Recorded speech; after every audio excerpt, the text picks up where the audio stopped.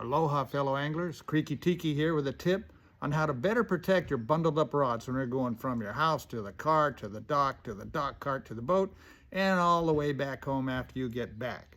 You know, for years I just bundled up my rods right together, and that worked pretty good, but there is a lot of movement, a lot of vibration that can really damage the finish and sometimes the wraps and the guides on these very expensive rods. So here's a way to help isolate those rods from each other and better protect them during transport and transit. What it is your basic foam pool noodle, okay? And you can find these things really inexpensively at the stores like the Dollar Tree, Dollar Outlet, 99-cent store. If there's any of those stores left around it, you can find them all over. You're gonna take a basic hacksaw, saw off some pieces along the length of that pool noodle, okay? Then you can take a marking pen and mark on it how many rods you want it to be for. This one's going to be for 4 rods, so I'm going to make 4 marks on it opposite each other. And then I'm going to take this round Sureform file, okay, and file a groove deep down into that noodle. You just go to all your marks, do it all the way down. When you get all done, it'll end up looking something like this. You'll have 4 grooves if it's a 4-rod noodle. I do a 5, a 6, and an 8. So I have a variety of them to fit however many rods I happen to be taking on that trip. These are going to go in between the blanks above the grips and near the tip and in the middle to hold those rods apart from each other and protect them from damage. When you get them in the middle, you got to make sure they stay in there. There's a whole bunch of different ways to hold those noodle pieces in the rods. There's all kinds of straps and clips. Old Reliable is the old rip-off rod straps. Get a bundle of those. Problem with those is finding the right length to fit around the bundle of rods you have that day. There's the stretchy ones that wrap around and catch on the ball. Those work pretty good too. They're decent. One company makes these beautiful neoprene ones with Velcro on them that can attach at different lengths. That'll hold them.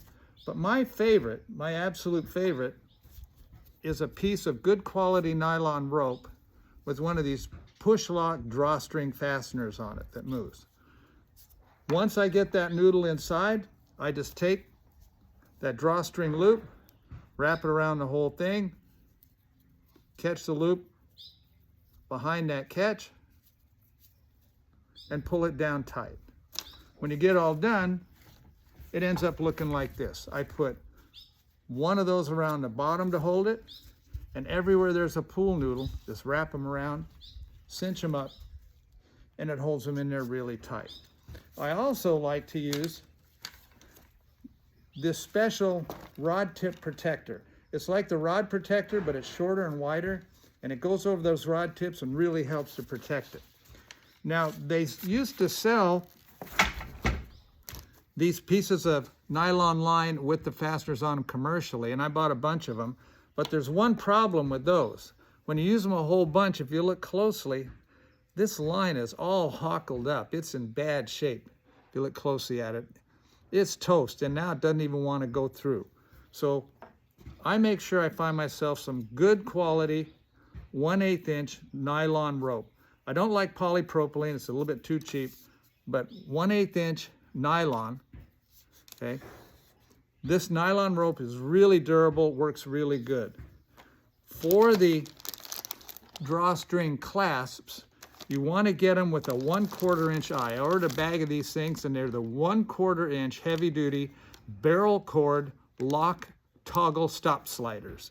So now I've got a bag full of barrel cord lock top sliders, and those work really good on that 1/8 inch line.